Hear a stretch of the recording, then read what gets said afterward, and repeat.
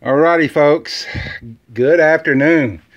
I'm here in an old farmhouse, probably, I say old, probably built in the 50s, pier and beam, and they are saying that their gas bills for heating is astronomical.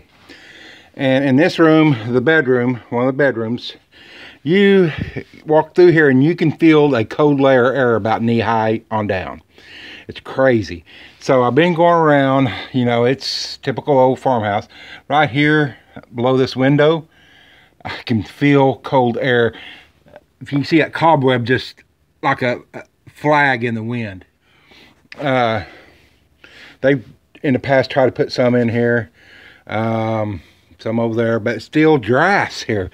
I went and pulled out all the, these are some kind of data things. They're plugs aren't in there anymore. You can see a little bit of foam sticking out there. I just stuck the nozzle of the foam can in there and filled it up. They said they don't use it, and said it was here when they bought it, and they didn't even really know what it was for. But it's crazy, the air that's coming through this crack right here. It was crazy, the air that's coming here. And let me show you what I'm doing here. They said it's okay, get the foam on the carpet. They, you know, they just won't they're right here. Lots of air coming in that little crack right there. They said they just want the cold air to stop. So I foamed around the windows already. Whew, that was bright. So foamed around the windows. I already tell that it's a decrease in cold air coming in. But when the furnace kicks on and starts drawing the air, you know, towards the return, you can feel the increase of pulling the cold air in.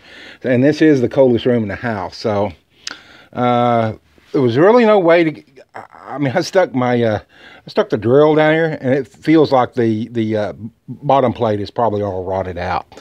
But anyway, we're going to try to stop it. I ain't going to pull off all the, you know, sheetrock. It does feel like I can feel some bad insulation in there when I stick the drill or the tube of spray foam in there. But here's what I'm doing, because I could come and at the base of the floor here, I could feel the cold air coming up around there. So I'm just going every so often, taking my drill about every 4 or 6 inches, and then, you know, ideally we'd pull all this sheetrock off and re-insulate, but they don't want to do that. And then I'm putting that can's just about empty, but that's pretty much what I'm doing right there. Get that off there. I don't want to get no more on carpet than I have to. I know they don't mind. Anyway, just going down through there, drilling the hole. Like I said, every 4 to 6 inches. And right through there doesn't feel like there's any insulation. Right here there's some, and then I'm going to come up through here. I'm guessing that this is the right through here is the going to be the studs, and so I'm guessing there's one here. If you kind of look up through here, you see that seam right there. So I'm going to put one right here. Wasn't much there, so I'm going to go get another can of foam. Found this on clearance. It's GE brand low expansion foam at Walmart, $3 a can. So that's great, because this is going to take some foam right here. But you know, if you're dealing with old home drafts, I mean, it was crazy. They had like, I don't know, 80 degrees in here, but when I walked in, from about knee high down, you could just feel the cold air. I mean, it was like night and day difference. And so obviously this part of the old home is just not weatherproofed. Don't know if now in this wall here is where I felt the insulation. I haven't really felt no insulation here.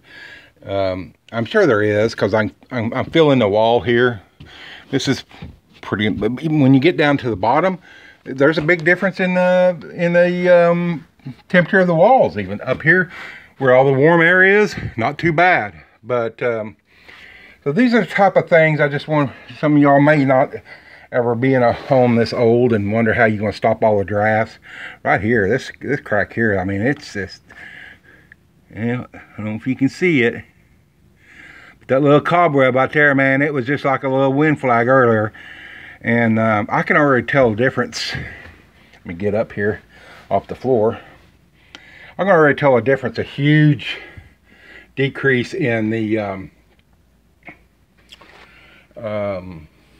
air coming in, cold air. I'll come back later and okay, I'm just hearing the furnace kick on. It's going to start pulling air. I'm going to see, but I've already felt a huge difference in how